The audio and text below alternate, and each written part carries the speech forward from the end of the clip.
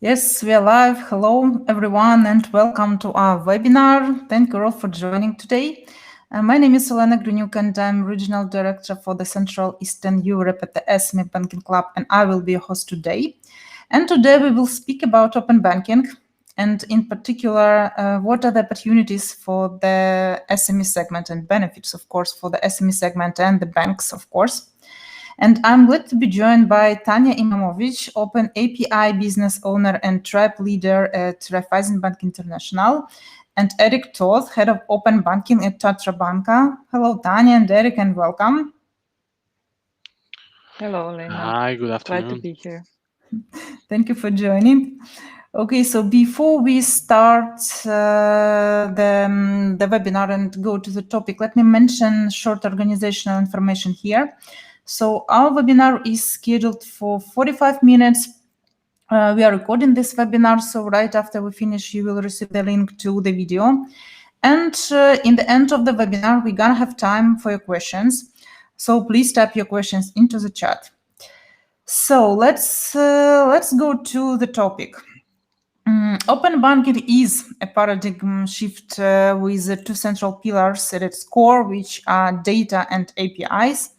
So since January 2018, banks are obliged by the European Union regulation to publish open APIs, and practically it went live and was launched from September 2019. And so this is all about the data, and because exactly data sharing is what open banking enables for all the players in the region, and should become an innovation trigger because of the free flow of data. And let us discuss what is happening and how does it look like in the Central Eastern Europe region. And Tanja, I would like here to pass a word to you at once. So what is the strategic perspective at RBI Group at this moment in the open banking area, and how RBI is approaching this? Thank you, Elena. During the introduction, you mentioned one thing, and that is that basically Open APIs is about data and services and exposing those.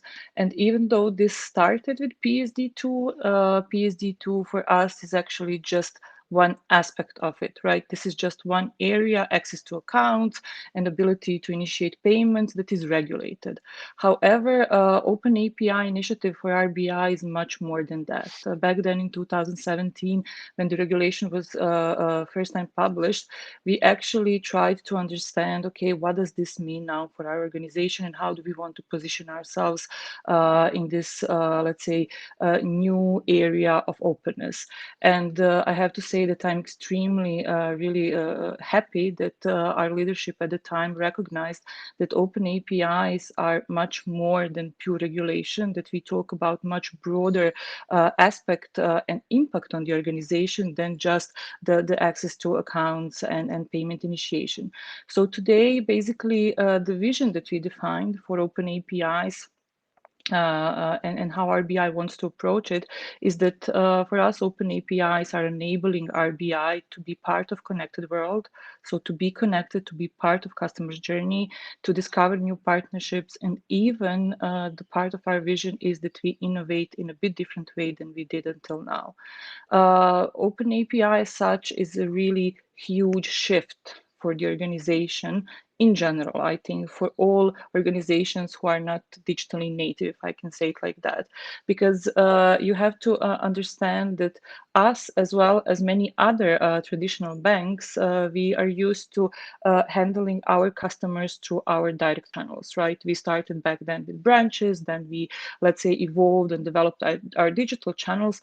But with open APIs, actually, there is one shift from closed system, closed organization towards the openness. We actually understood that with open APIs, we can even serve new types of the customers. We recognized suddenly that developer community, that this external community of fintechs and startups is something that we should leverage on if we want to really, let's say, reach the vision that Raiffeisen Bank International has defined in general, and this is that we continuously transform, innovate, innovation into superior customer journey. So in a nutshell, really open APIs and we on purpose, we don't call it open banking on the group level because it's kind of a bigger and broader than pure use cases. Of course, today we will focus on concrete use cases and its aspect and implementation for SME segment, because this is at the end what I assume participants are interested in. But I think it's really important maybe to share why every organization who is now thinking about open APIs, why they need to understand that this is a concept that is moving organization towards openness. For us, some of the triggers were actually completely changed customers' expectation. So today we are serving customers who are kind of expecting, and they are used to real-time interactions. They are used to receiving services and using products in real time during the customer journeys in which they are at the moment.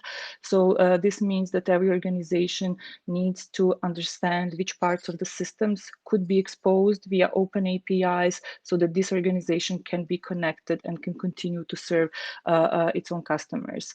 And yeah, having said that, maybe now to start to put things in a more understandable and concrete way, we actually defined that for us it's important to execute in 3 different key strategic pillars or strategic capabilities that we recognized for the organization. First one is, of course, continue to build and expose data and services via open APIs. There we started with PSD2 APIs, which is access to accounts and ability to initiate payment. But now we are exploring, we are trying to sandbox different use cases, and throughout the group, whether we talk about local implementation, like in case of Tatra Banka, or at the group level, we are trying to recognize which new premium, so-called premium APIs are important for us. Second pillar is, and this is also quite important when we talk about open APIs and the change that open banking brought into banking industry, the same way how we have to be capable to expose our own data and services via APIs, we have to be capable to consume third-party data. And this is for us second pillar that is quite important. And actually, this is the pillar also that is kind of powering the use case that Erik will share with the audience today. Here, of course, today we are focused on consuming PSD2 data, meaning aggregating accounts, getting transaction history, and also being able to initiate payments from third-party banks accounts. And then the third key strategic pillar for the organization, which is supporting this vision of open APIs, is the API marketplace. This is the platform that is kind of connecting API producers and API consumers on the other side. But the platform as such is much more than a pure connectivity. We kind of aim to position RBI as preferred partner for innovation in CE. We also use API Marketplace to, let's say, achieve simplicity in terms of how developers are consuming our APIs. We want to provide visibility on the group-wide level, meaning that our goal is to integrate all the APIs that we have and are offering across different markets, because we are the group present in 13 different CE markets. So the marketplace is really kind of let's say, positioning this entire open API initiative in a new level for us. And the marketplace as such also will play an important role in this open innovation. And this is the moment where we are sandboxing or exploring different use cases, and then inviting developers, inviting fintech startups, big corporations even, to try to use this sandbox and to innovate together with us, right? So from, let's say, PowerPoint-based innovation to the concept of really building proof of concepts immediately. Yeah, having said that, I thought that also it's important maybe to share some of the key learnings that we gained throughout the journey, because this is also what is, this is always the most important. What did you learn and what do you think should be done differently? So when we started at the very beginning, we actually realized that the way how you plan to deliver these capabilities. And here I'm referring especially to different methods that we are using need to be changed.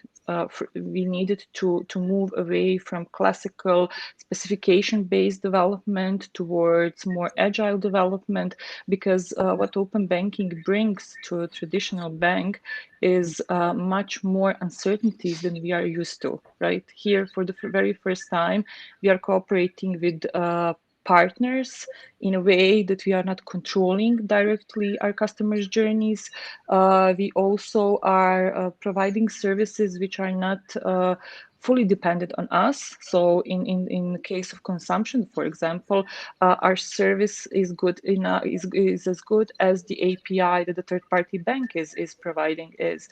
So all this kind of really moved us in the area where we said, okay, we will follow agile development methods, meaning that we will also try to first explore, to learn, and then to develop, and then only to scale up. So this is really something that is crucial. In addition to this, I would say that importance of the community is also something that we learned that is quite high, and we need to be engaged more with the community. We need to position developers as those who are becoming well, I cannot say new types of the customers, but for the API usage, for the marketplace itself, those are roles who are really accessing our data. And with this, actually, we realized that it's not enough anymore just to do banking as usual. We now really need to find out what developers need, what are the best flows in order to use an API, and we are trying to implement all this.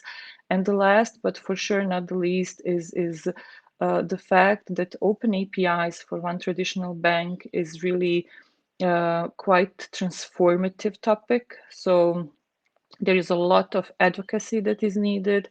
Here we talk about changing the mindset, changing the ways how we are used to develop business use cases, changing the ways how we are used to approve certain budget, more from the classical budgeting perspective towards the investment, because this is really, at the end, still innovation and exploration.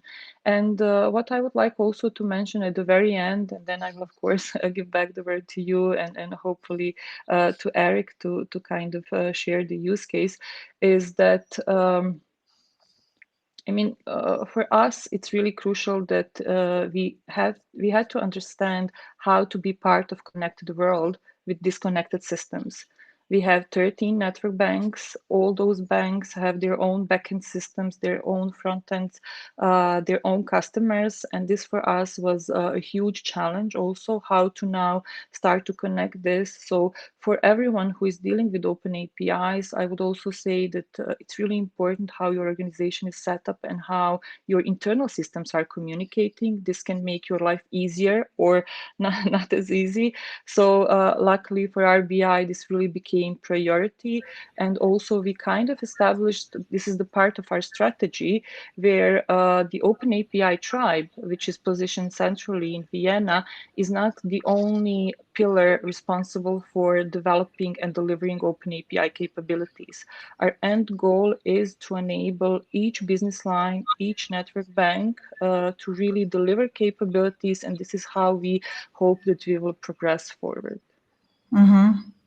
Yes, well, Tanya, thank you. Yes, a lot of actually we can discuss here really in very detail, and we will do this during the Q&A session, because these are the opportunities and challenges, from all the sides, from the banks, from the customers, from third-party providers, and these are years. And we will definitely discuss this, and I will also encourage our attendees, please type your questions even during presentations for us, to cover them in the end during the Q&A session. Okay, so I will give some short introduction on what is happening here in the Central Eastern Europe at the very moment, and then we'll be glad to pass over to Erik for discovering use cases and your experience at Tatra Banka.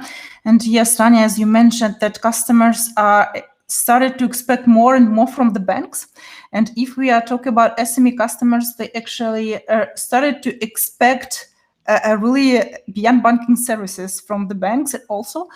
They expect that the customer experience will be the same as they have it being an individual customer of anything, of a bank, of a fintech, of big tech companies, etc. So and they actually expect more digital and more and better user experience from the banks. And this we actually noticed for starting from the pandemic, I'd say. So this is what we see, and what actually open banking which opportunities giving to the SME segment. This is account aggregation, as Tanja mentioned, and better financial management of business finances, credit check services, customized offers and products for the segment, and alternative payment methods and better visibility. So what we also see that new players like fintechs and use the data in new creative ways and to build innovative products for niche segments that they are working with. And I will show you the example of the Polish factoring fintech called SMEO, which is when the customer is applying online or mobile or via the mobile application for the factoring for invoice finance. So they do not require from the customer to upload banking statements or account statements from their banks. They just asked the customer their consent on taking this data by their own from the respective banks, and based on this information and this data, they are making their decisions and offer to the SME customers. And if we look at the banks, so this is example from the ING Bank, but in general here in the region we have 4 banks that implemented account aggregation services for SMEs, and this is mainly available for private entrepreneurs. And these are ING Bank in Poland, Moneta Money Bank in Czech Republic, FI Bank in Bulgaria, and Tatra Banka in Slovakia. And and the main functionality that available here, so this is the access to account balance and account history. And at the moment, I mean, it was end of last year, actually, the transactions were not available. I don't know, Erik, maybe at Tatra Banka you already have it, but at the rest of the 3 banks that I mentioned, this is not available. So this is still not possible from the application of let's say here the example of ING to make the transaction from the account of a different bank. So Erik, I'm passing the word to you, as you are one of the leaders here in the region, and also in this implementation, also in promoting and implementing premium APIs. So please share with us your experience in this. For sure. Thank you, Olena. So what I will present today is our new service, Premium API, which is basically a service that provides PSD2 connectivity to multiple banks for partners who do not have their own PSD2 license. The reason why we have decided to build this service, and it was already mentioned by Tanja in great length, is because whether on a Tatra Banka level or on a group level, we believe that by providing access to our banking resources via APIs, we can create value for our customers and for the bank as well. Therefore, we believe that open banking presents rather an opportunity than a threat to us. And to demonstrate how this service can create value for the customers and the banks, I will use one of the most common use cases faced by every type of SME customer, and I'm talking about payment reconciliation and cash flow management. So basically, if you are a company, you are selling some goods, most likely you are issuing some invoices. And for issuing and managing your invoices, you usually use some accounting or invoicing application in which you do all those tasks. You create your invoice, you send invoice, receive invoices, you send out reminders to your customers, you have the list of contacts there, and you see how many invoices have been um, issued versus how many you've received, and you somehow try to manage your cash flow using that application. But once you create your invoice and you are waiting for that invoice to be paid, to have that information that the invoice has been paid, you have to go to the bank. You have to open the internet banking, or you have to open your mobile application, and you have to look through all the transactions and see which of the invoices have been paid. The same goes for if you want to pay some invoice. You have to open your mobile application or internet banking and initiate the payment. And in this situation, you basically working in two separate environments, two separate worlds, and for, in most cases, the payment reconciliation is done manually. Yeah, you have maybe two screens, and you are checking which invoices I have issued, and I'm checking all my transactions and see based on some symbols or sums, I'm pairing them together, which is a manual, time consuming, and error prone process. So, using APIs, we can solve this problem, because through API, we can send all the information about account transactions and balances directly into the invoicing system, which can then process this data and do automated payment reconciliation, or do cash flow management or cash flow prediction for me based on comparing my issued invoices versus my account balances. So this was the idea behind this service. We have done research on this with our customers, where we basically asked them whether they would welcome a service that would allow them to access their banking services through other environments, such as invoicing or accounting application. And we received a very positive response. Basically, 67% of the customers would welcome having being able to see their account balance in those applications. 84% of the customers said that they would like to see account movements in their invoicing or accounting applications, and 80% of the customers would welcome the ability to initiate payments from their from other applications. What was also not surprising is that only 32% of these customers knew what API was or how it worked. So basically, we understood that publishing the API is not the only thing we need to do. We need to find the partners, like these invoicing or accounting softwares, who would integrate this API into their systems and provide this as a solution to their customers. And 43% of the customers would be willing to pay for such a service. So with this information, we came back to these invoicing platforms and asked them, here is the PSD2, why haven't you implemented this yet? Why is it not working? And the feedback we received is that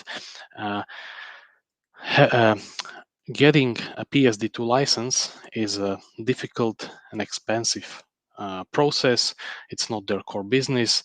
They don't want to invest money and time in it.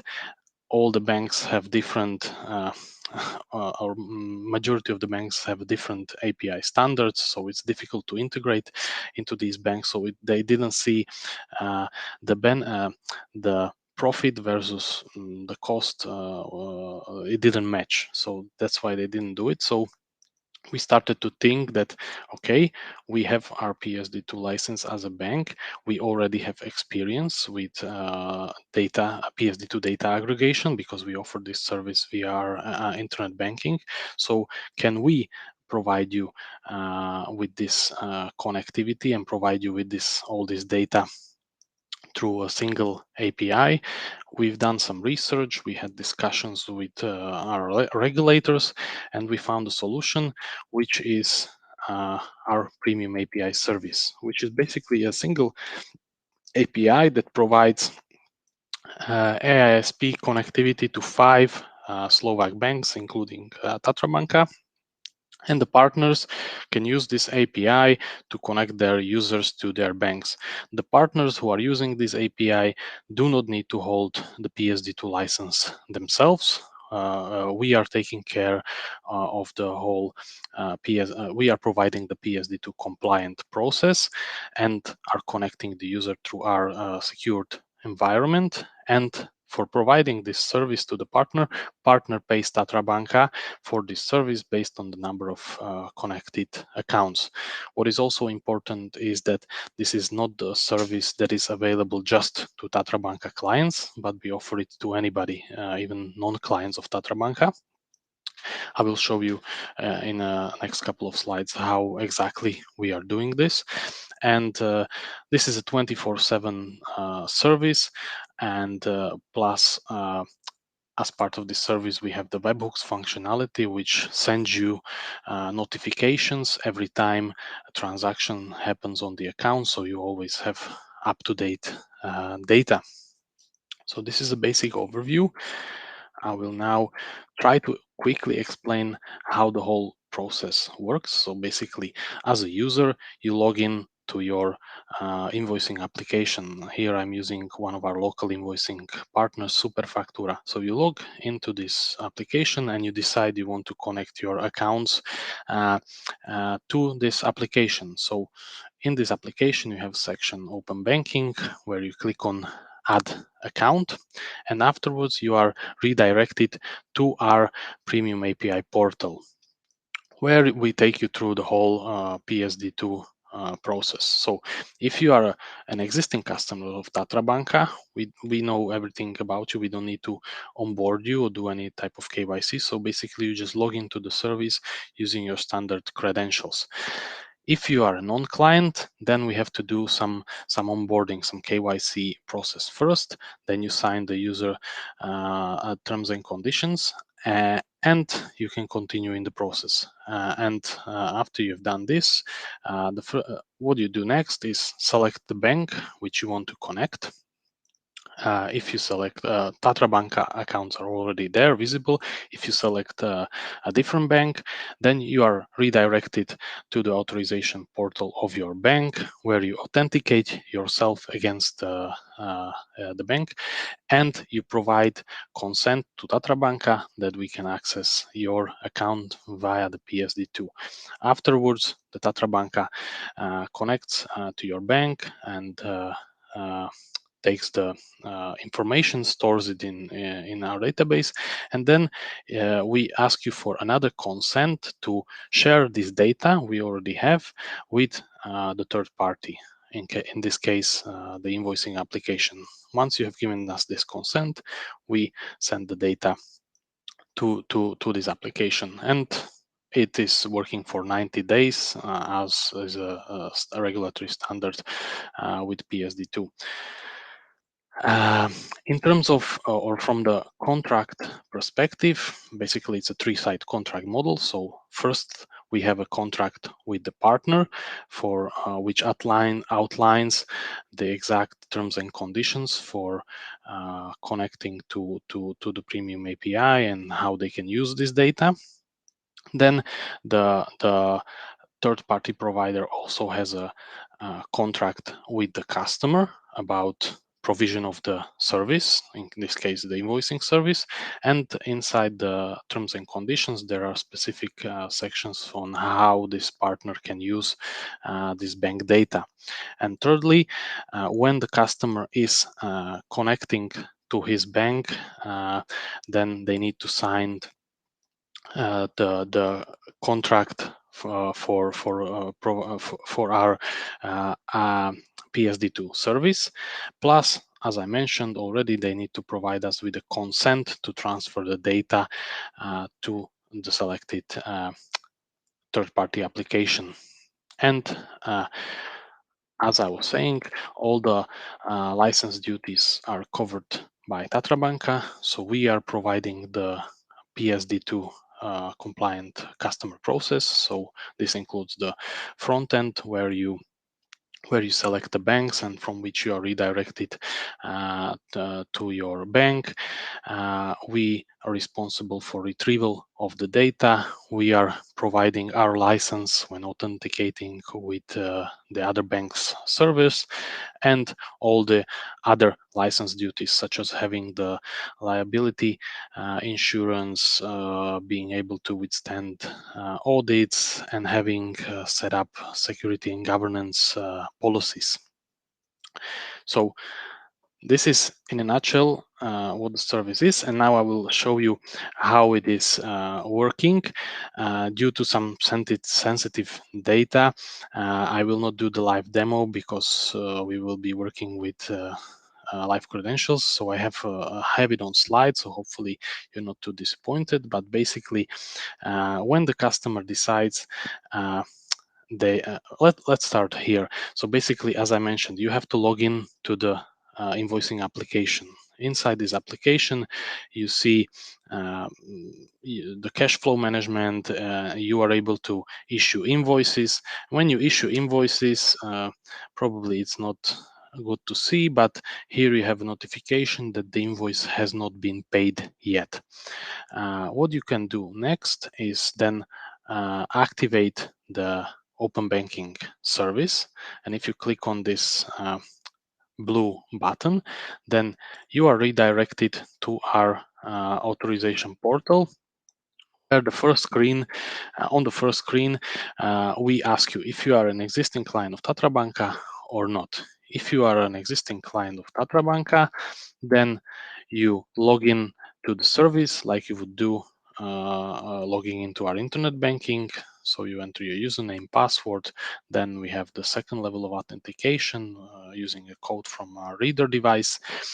And once you've done that, you go directly into the dashboard where you see your Tatra Banka accounts, plus you see your accounts which you have in other banks, which you might have already connected via our internet banking aggregation service. If you want to add more accounts, you have a button here to add more accounts. When you click on this, I will show this later, but basically, if you want to connect one of these 4 accounts to the invoicing application, basically you select the accounts which you want to connect, and then you just need to check the box which gives the Tatra Banka consent to share this data. Afterwards, there is just a confirmation screen, and you are redirected back to your invoicing application, where you get the information that the authorization has been successful, and you already see your list of transactions. And next to the transactions, you also see the invoice which has been matched to this transaction. So the payment has automatically been matched to the invoice. And when you go to the detail of this invoice, you see that the status has changed from not paid to paid. And this is how we can make the life for the customer easier. He doesn't have to spend time manually pairing the payments together. It's all automated using the Premium API service.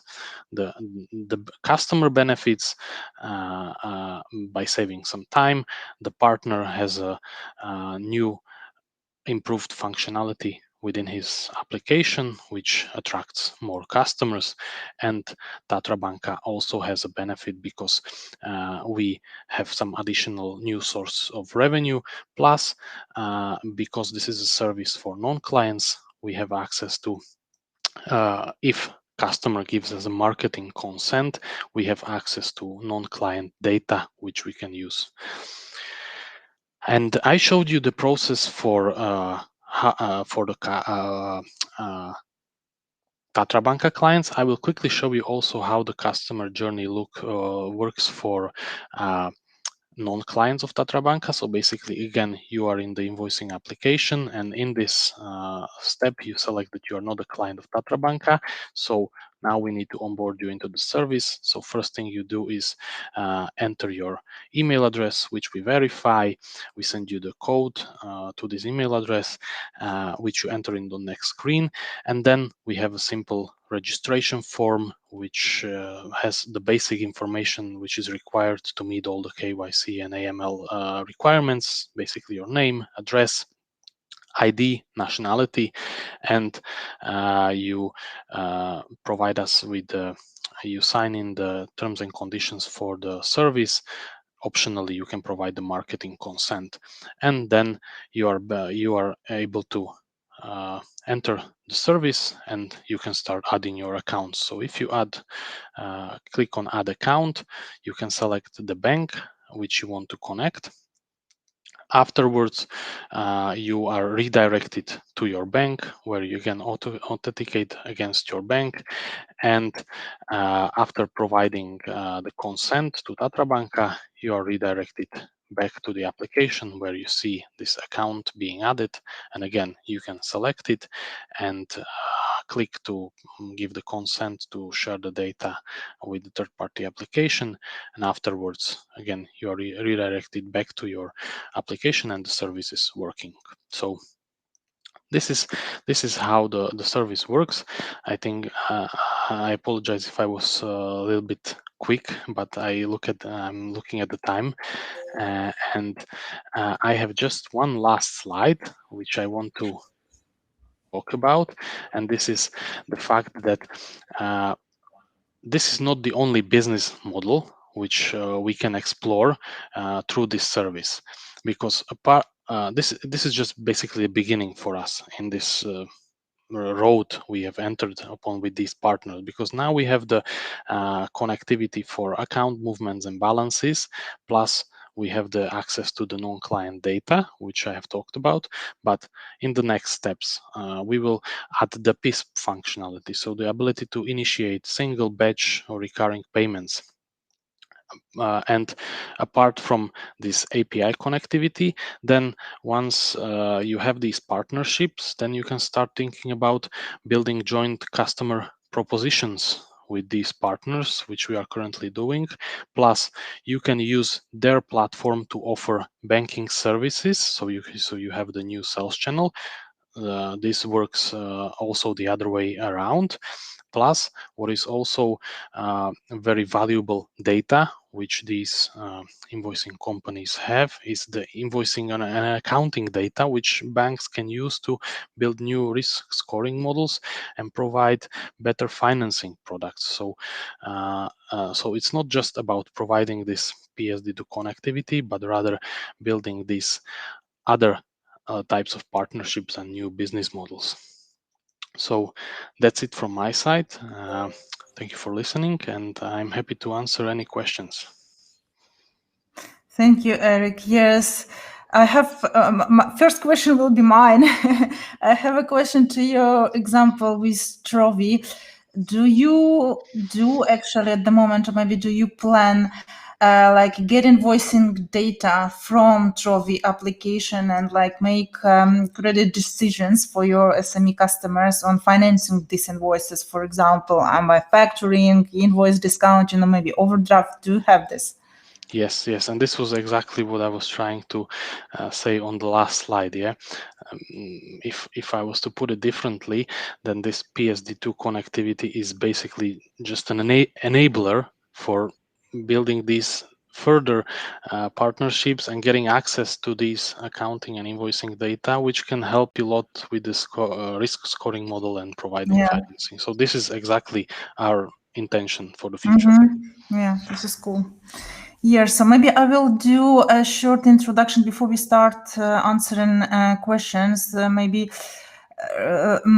because we have also participants from the banks, not from EU, and maybe not so closely, acknowledged with the PSD2 and open banking. So why we're actually discussing today premium APIs? This is because this is for the European Union banks. It started the way that, of course, APIs are not the new technology itself, yes, and it was earlier used rather as a business case or nice to have when bank decides that this project is great with the partner and they can open APIs, for example, between themselves. But with the PSD2, this became a regulatory and compliance project and had a top priority for the banks to build the infrastructure and actually, yes, as Tanja mentioned, also to change the mindset to the open banking business models. And banks here really invested a lot of money and also resources in terms of even people resources.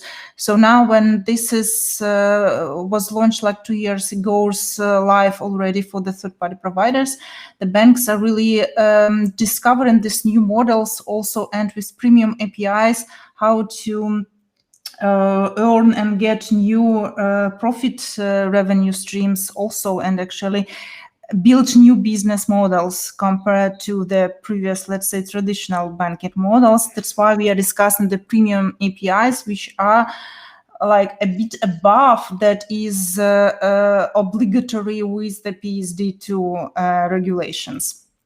So yes, so maybe let me ask you the first question. So if we compare the like September 2019, when everybody launched open APIs, and situation now, so what is how actually the market here in the CEE region or in Slovakia and Austria looks like in this sense? So how in sense of commercial use of APIs, how big is demand from the third-party providers? And because, I heard recently, actually this week, that very soon banks will be ranked by the quality of their APIs. How big is the business actually now in our region? Maybe I can start with this, and then Erik, please comment also from your side. First of all, I would like really to mention that I think that the huge misunderstanding came with this big bang that was announced by almost everyone, what will happen in September 2019. I mean, this big bang did not happen, so we have to be aware of that. Open APIs and open banking for banking industry is not change that is visible throughout, one day or few weeks. This is something that, yes, of course, we can gain the exponential growth, but only once we have enough partners outside, and only once we have markets mature enough. So, I mean, from my side, even though everyone is talking about different monetization options and revenue streams that open APIs are bringing, open APIs need also to enable connectivity in different business models. And revenues will be, of course, achieved, but throughout the time. There is not even one innovation that happened within 1 month and generated huge revenue streams that were not planned. So I think that this is one thing that should be clarified, or at least this is my opinion and how also I'm approaching the topic. So not every use case and not every premium API, if by premium APIs we define those who are not PSD2 or regulated, will have or will bring immediate new revenue streams. If you look at the markets, maybe to address this as well, I mean, we are present in 13 different CE markets, out of which 6 are in EU, which is a regulated part with PSD2. We see a lot of differences there. Czech Republic is, for example, quite active market, Slovakia as well. But for example, in Romania, things are starting to happen only now. In Romania, we did not have, and I think that if something didn't change as of today, we still do not have not even one TPP registered and approved by their national regulator. So also national regulation and the way how the countries are approaching to the topic plays a huge role. What is the most important thing to mention is that even though the growth is not immediate how it was announced mainly by big consulting companies, I also want to mention this, we do see growth. We do see that so first of all, we have more and more TPPs using and connecting to PSD2 APIs. We have regulator on the other side working, even continuing to work on improving customer journey. So now banks need to apply to new regulations and to implement app-to-app authentication, meaning that the authentication process for the end customer will be much more user-friendly than it is today. So my opinion is that this is the topic that will not go away. It will not end. I think that banks will struggle trying to find these new premium big use cases, but at a certain point of time, everyone will simply need to be able to expose APIs because customer journeys and ecosystems and environment around us is requiring that. Yeah. And Erik, what is the situation in Slovakia? Yes, so from our local perspective, I think there's still a lot of work to basically popularize or commercialize the use of PSD2 or any other APIs, because firstly, there is not a lot of APIs yet. Yeah, most of the banks so far only created these regulatory APIs. So you need to build additional ones. Then you need to have the partner ecosystem for who will be using these APIs. And as I was saying, yeah, to get a PSD2 license, it's not the simplest of processes, so this is where hopefully our service can help, increase this partner ecosystem. And then what is, I think, the most important part in all of this, so you can have the APIs, you can have the partners, but you really have to have those use cases, which bring or create value for the customer, because I've seen a lot of banks make the same mistake when the PSD2 came out, that okay, let's just do the aggregation, let's enable the customers to put their accounts to different to our internet banking, but there was nothing behind it. There was no value for me in adding these accounts to my application, because there was nothing behind it. I was able to see my balances and transactions in different internet banking. That was it. So it wasn't like providing me some aggregate financial management platform or something like this. So this was missing. So we really have to focus on those use cases and then educating the customers how this can be beneficial for the customer. Only then we can expect to have greater usage. Yes. What I also, if I can comment here shortly as well. So what I saw here in the Polish market. So when in 2019, when here banks launched the APIs and also get their third-party providers licenses, so they also went to this process, and yes, this license process was and remains a difficult one. Actually, so for example, BNP Paribas here launched 2 years ago PSD2 Academy with the purpose to help the fintechs that are like willing to cooperate and use these APIs with the bank. I mean, to help them go with this process, because as we said, that open APIs, open bank isn't so open just because of this license procedures and actually requirements. So you have to have a capital, you have to have money to be registered as third-party provider, which is not a case in a range or in a part of the fintechs, let's say, or startups that would want to cooperate with the bank. So this was the challenge. The second maybe challenge in terms of third-party provider, this was also the number maybe of fintechs here in our region. Because, I read every year that the Raiffeisen Bank International is doing this CE FinTech Atlas, and with the analysis of the fintech ecosystems in our region. Actually, If to recall, for example, the fintechs that are focused for SMEs, this is like around 1,000 here in the whole region. So also not a big number, I think, at the moment. So this will be, I think we are really at the very starting point, and this is a really longer perspective to develop these partnerships. Yes, and probably from the customer point of view, yes, the education part here is very huge. Yes, and the question is, who should do this? Banks. I can try to answer this Yeah. from our experience. So we are trying to involve our entire distribution network. Going from the salespersons at branches, relationship managers, and so on. But again, we are not educating our sellers or relationship managers to sell APIs. Yeah, we are telling them to sell this automated reconciliation. Yeah, save time using your invoicing or accounting. This is what they can understand and what customers can understand. Yeah, the API is just some technical enabler behind it. Yeah, so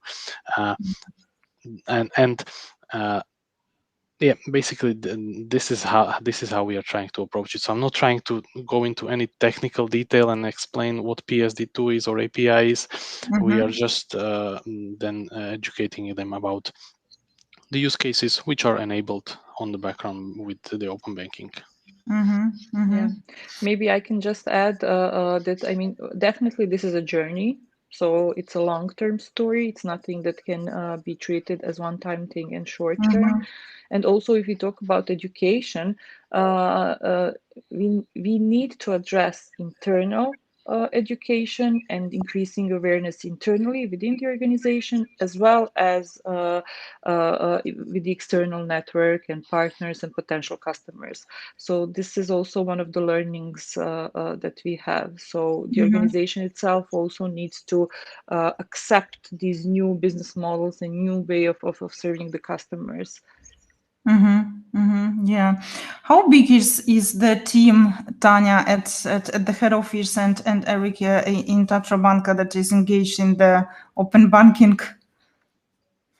It's a good question. I mean, in head office, we have, depending, of course, what the benchmark is, but I consider that we have quite a big and sufficient team. We have approximately 30 people working on different open API streams. So here, right, we talk about regulatory APIs, marketplace, so everything what we are covering. And we see that also within business lines, meaning on the organizational level, things are moving in a direction where also there will be certain specialists for open banking within corporate, within retail, within markets. So and also what is important to mention is that we don't talk about central team. So in order to deal with open banking, you have to really go across organization. So virtual team, this is also quite important. Yeah. Well, in Tatra Banka, our open banking team is very new and very small. So we have 7 people at the moment. But to be clear, not everything is just done by us. Because for example, the whole PSD2 aggregation platform is delivered by our colleagues in RBI. The team that Tanja is running. Plus, when developing this premium API solution, we had to involve all of many different departments within the bank. But the core open banking team we have is like 7 people at the moment. Okay, so let me read the questions that we got here in the chat. So the first one came from Katalin. Hello, Katalin. How do you plan to serve corporate customers via APIs? I mean, corporate customers are, first of all, we already have some demand from the corporate customers directly. This is mainly to expose APIs, a bit different than pure PSD2 APIs, but APIs in the area of payments, accounts, also this, let's say, general financial management. Then we are looking at trade finance as the overall area. We are looking at export finance as something also quite interesting to be supported via APIs. Yeah, so let's see. We will make sure that we publish everything in the marketplace, so you will be able to see what exactly do we have. Okay. The next was, how can we get from Mohammed the opportunity to train in the bank? I think we partially answered that this is the job that should be done inside the bank. Maybe here, some details. So how do you do this? Are this kind of trainings, or how exactly this is done inside the bank?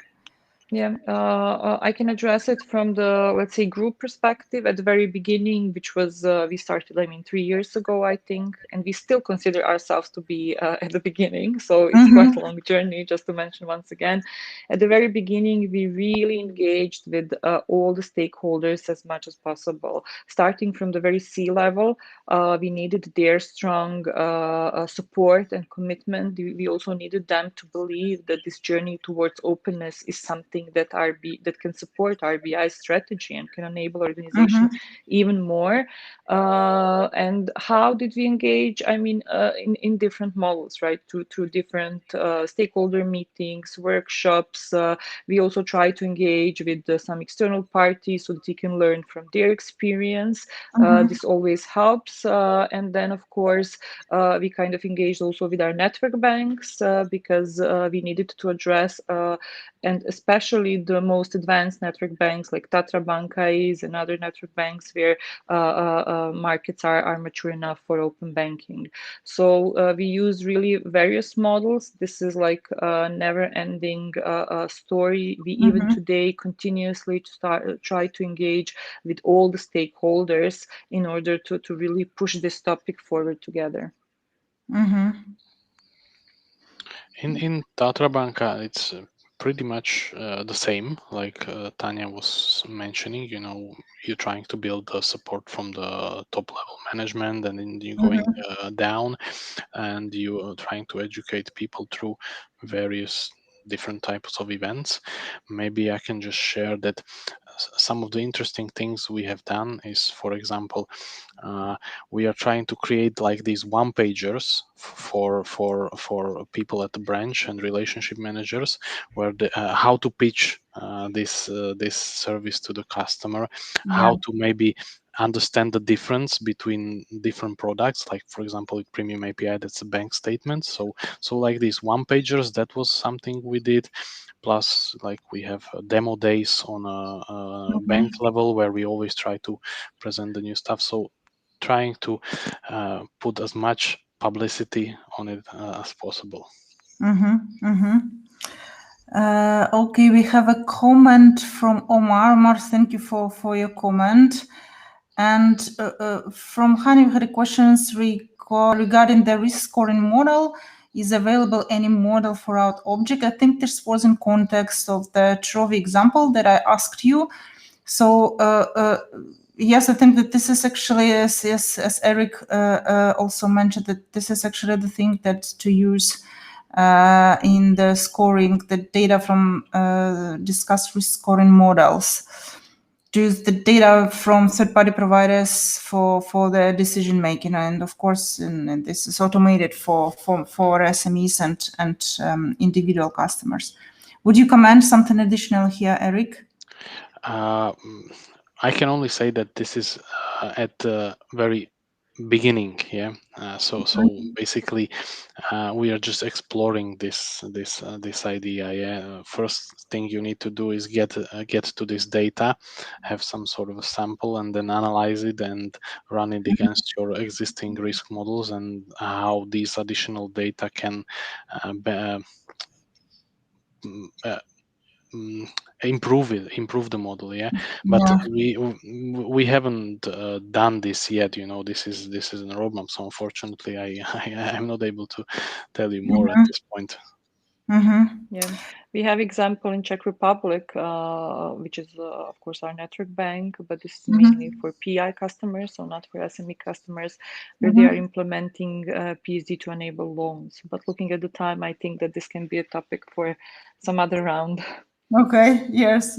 And actually, yes, I would like to ask my last question, and yes, we will be closing the webinar due to the time. So I think that one of the main fears that was existing before the PSD2 launch, that the ones, and actually maybe one of the also motivations for the bank to start thinking to start thinking about another business models based on these open APIs, was that, so if now any third-party provider or big tech, maybe the biggest fear was about big tech, kind of like Google, Amazon, etc., if they will have access to the customers' data through the APIs, so they just start to use it and will take customers away. So the game here is about that the one who will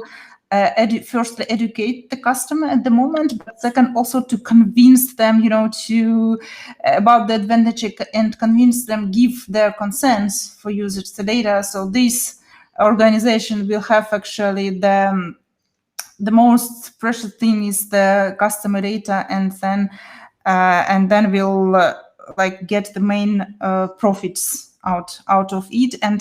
And it was actually the discussion that if banks will do nothing in this area, it was a discussion like 3 years ago, then they can become here only a data provider and not like will benefit from this open APIs, which I hope this will not be a case. And Tanja, as you mentioned, that yes, banks started to think, and if you will launch this marketplace, this will be, I think, a very especially for the SME segment, but maybe for any customer, because actually this transparency could be the real advantage for the customer when they can see the services transparently and choose the ones that they choose, that they prefer. So my question here is to how actually to what is your recipe or your tips or your recommendations? How do you do this? So what is the best way or motivation for the customer? How to motivate the customers to give concerns for this sharing and accessing the data through the APIs to make these use cases happen? But my answer would be really simple, and it kind of connects to what Erik already said, by giving them clear value that they can get if they share the data. And I mean, starting from us as private individuals, right? If there is a clear value, I will share the data much easier than I would if I don't see the value. However, I do think that also citizens are becoming more and more aware of their data and the privacy, and also how their data is being used or has been used within past years. So I do think that really banks even have the opportunity, right? Throughout the years, we are seen as trusted partners for our customers, as someone who is taking care of their data, their money. So for sure, we are not requesting any kind of, and we will not request any kind of data in exchange for nothing. Everything at the end goes back to the end value that our own customers have. Yeah, so that would be my 2 cents to this. I think Tanja summed it up really well. Maybe what I wouldn't do, maybe I would address one concern which you mentioned, and this is big techs taking over. Yeah, going into finance.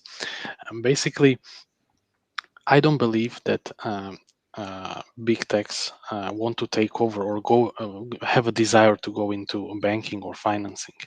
But when you see them doing that, this is because each of these huge digital platforms which they are running has a financial layer, and their users need and want to do finance in that digital platform.